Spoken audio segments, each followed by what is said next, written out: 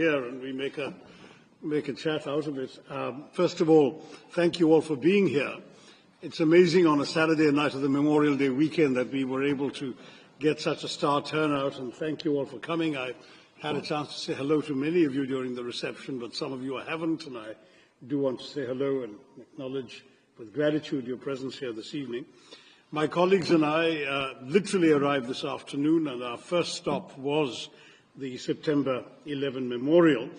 It was obviously a very moving moment for us, but it was also meant to send a very strong message that we are here in a city which is bearing still the scars of that savage terrorist attack, in the wake of yet another terrorist attack in our own country.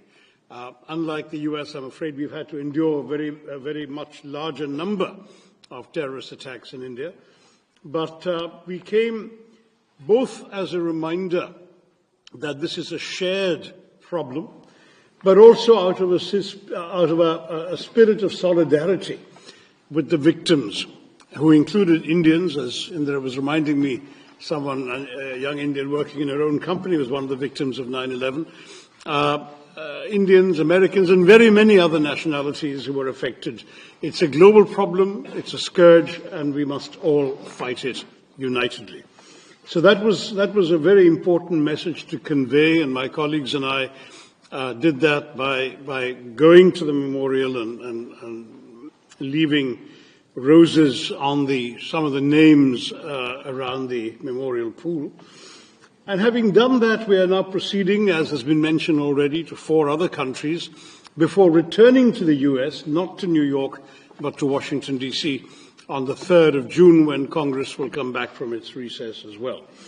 So our idea is very much to speak to a cross-section of public and political opinion in each of the countries we're going to about recent events which obviously trouble a number of people around the world and which now have subsided. There is a reasonable amount of calm that's reigning on the border between India and Pakistan today, but the fundamental underlying problem remains, and it's important that we try and enlarge your understanding of our thinking and our concerns about what's going on.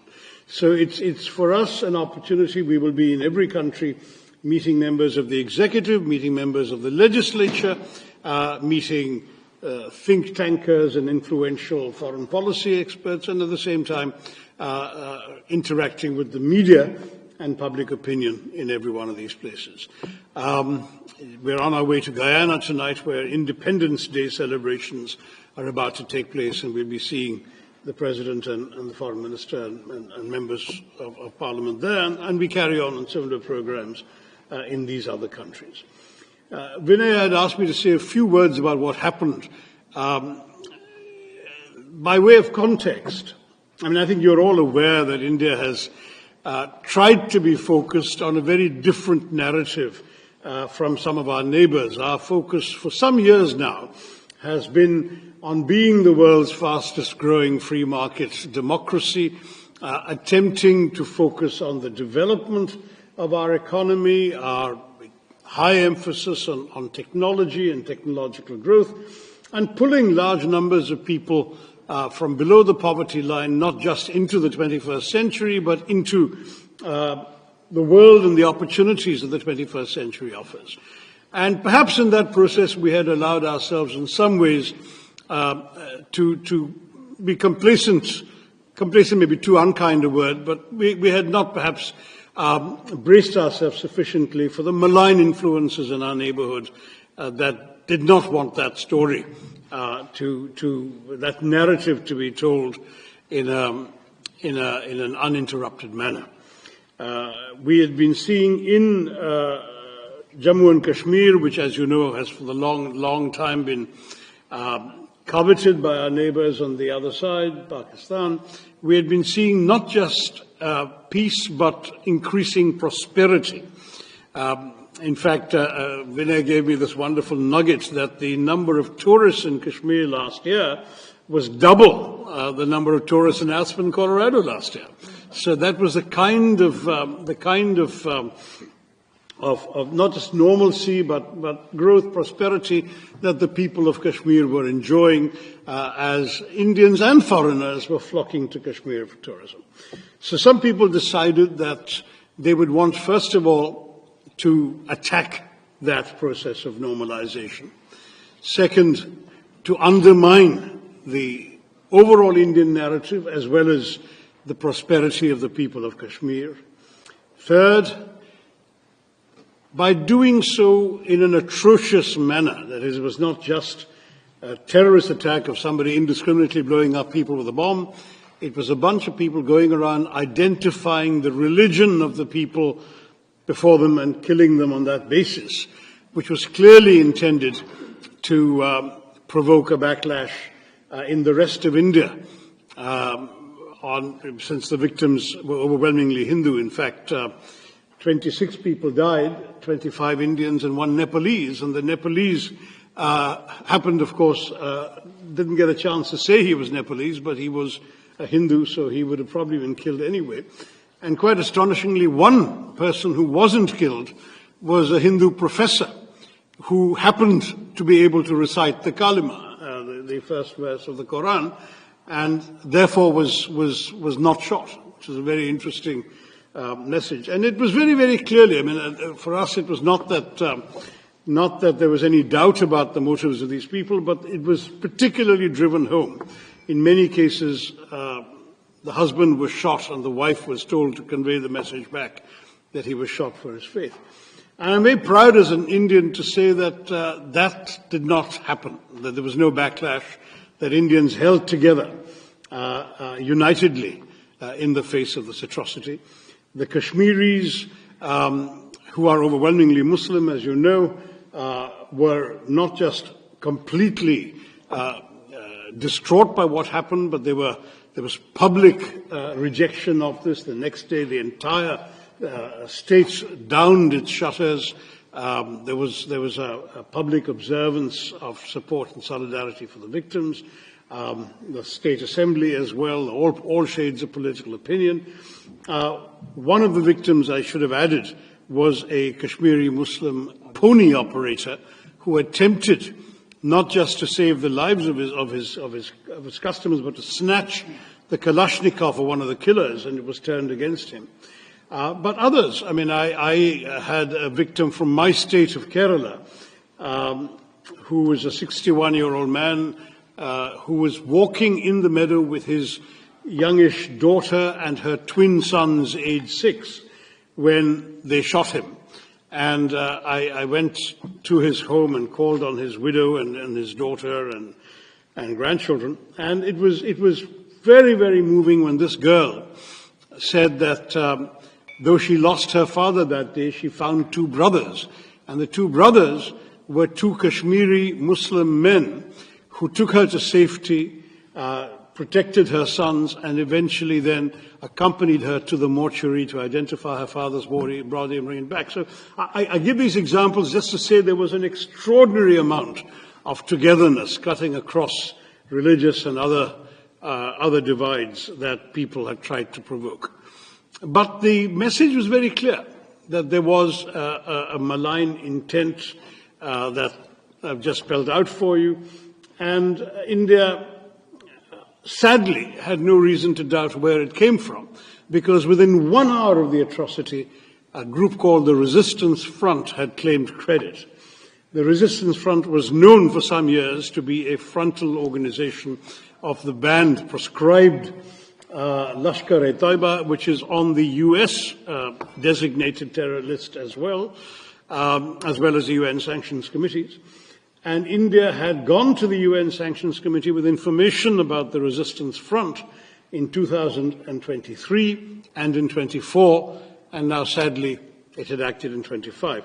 They repeated their claim the next day until, of course, global condemnation, I think, woke their handlers up to the dangers as represented, and then they deleted their claim on the 3rd day. But by then, the claim had been made, recorded, registered, and reported. And for us, therefore, the culpability lay not just with the 5 4 or 5, we're not 100% sure, evil killers who came to Pahalgam and did this atrocity, but also with those who had sent them, financed them, equipped them, trained them, guided them into doing this. And since we knew where Lashkar-e-Toiba is headquartered, it has its not just a safe haven, but a rather generous 200-acre campus in a city in the heartland of Pakistani Punjab. We also knew where the responsibility lay. Sadly, Pakistan chose to follow its usual path of denial. In fact, Pakistan, with the help of China, succeeded in removing a reference to the resistance front from the resolution of condemnation that was drafted in the Security Council, the press statement actually, not resolution, in the Security Council of the UN 2 days later. But though the name was not mentioned, it was, as I said, a matter of public record, and we knew what was happening. India replied immediately that we would not let this go unanswered.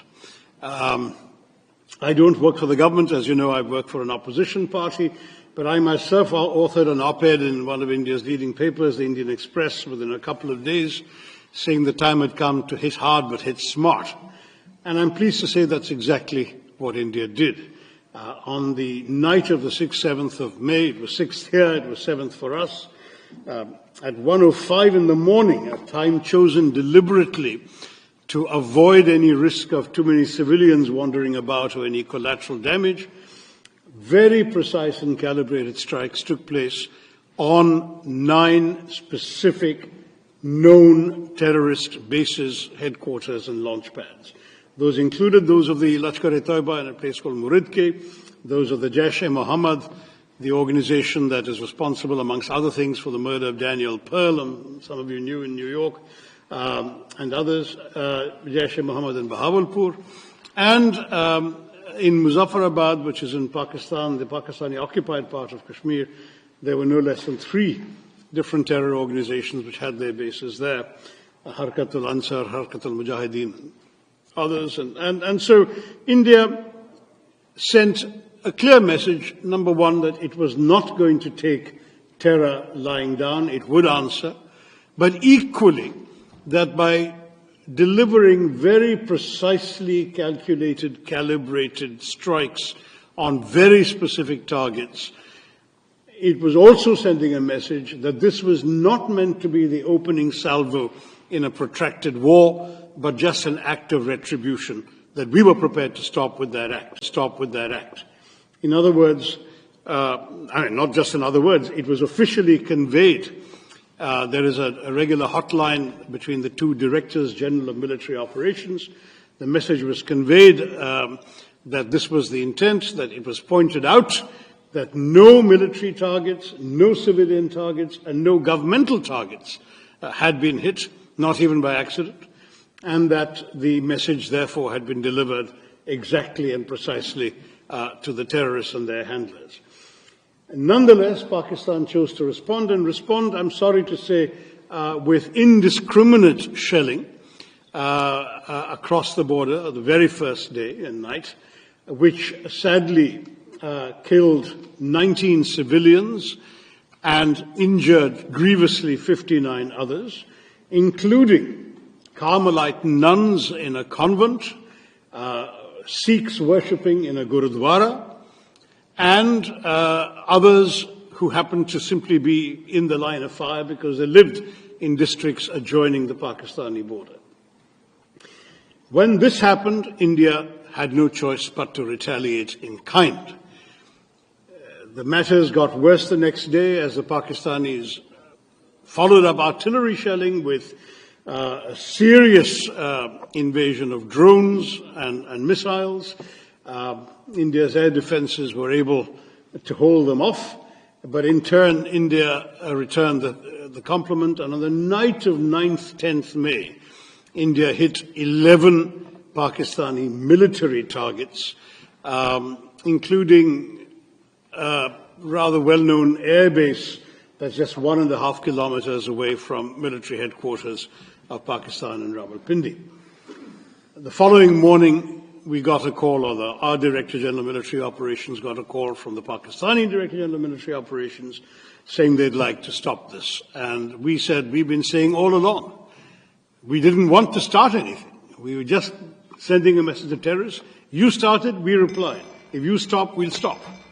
And they stopped. There was an 88-hour war.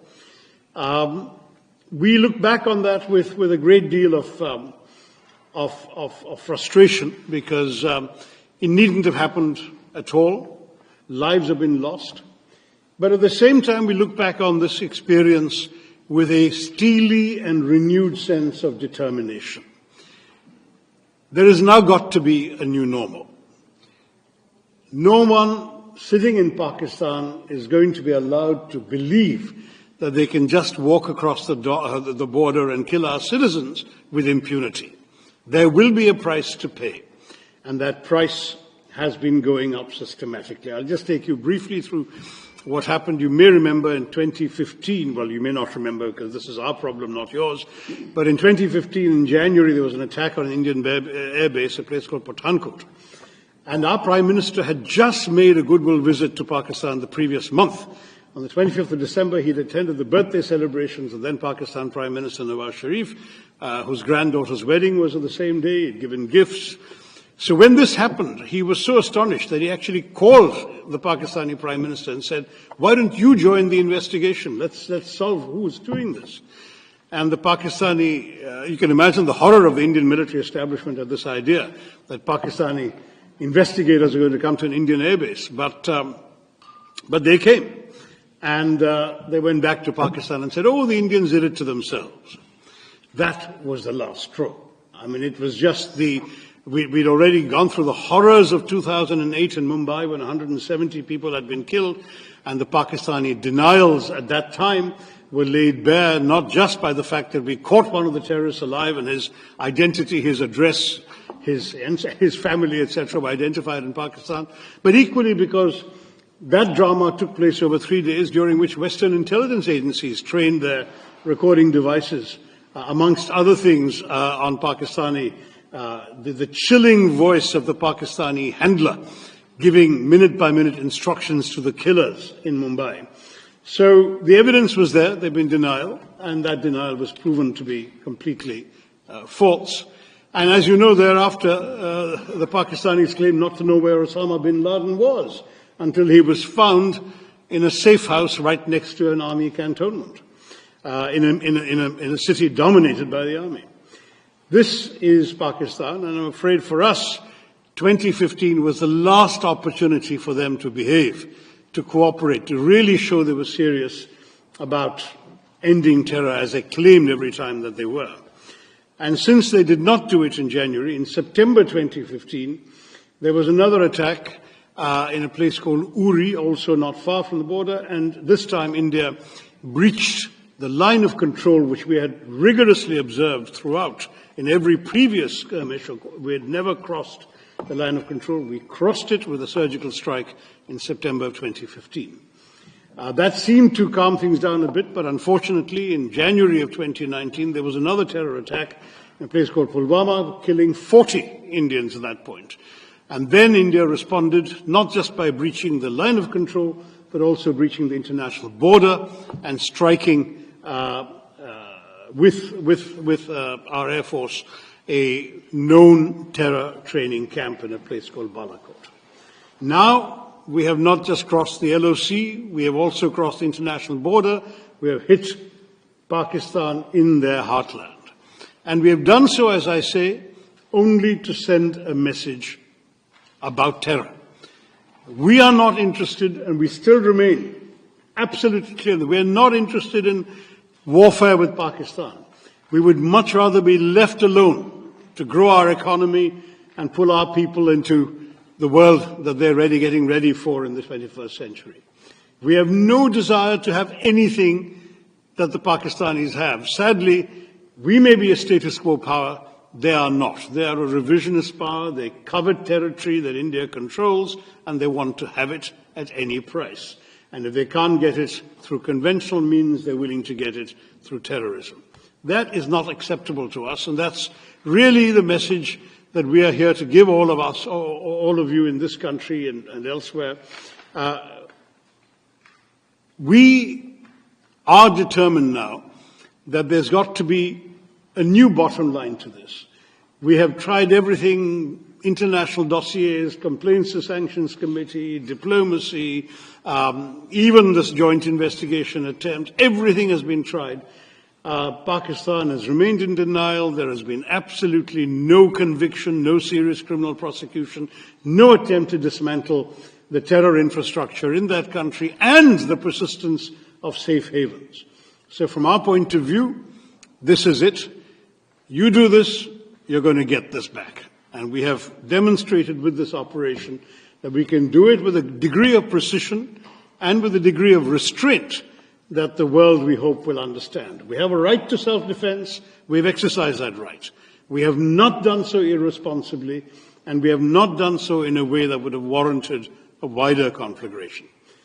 That's really the message I wanted to give you all today. I'm sure you have questions and comments, and my colleagues represent, as I say, 4 parties amongst the 5 of us, and there's a wide span of views. We're all happy to join in conversation with you.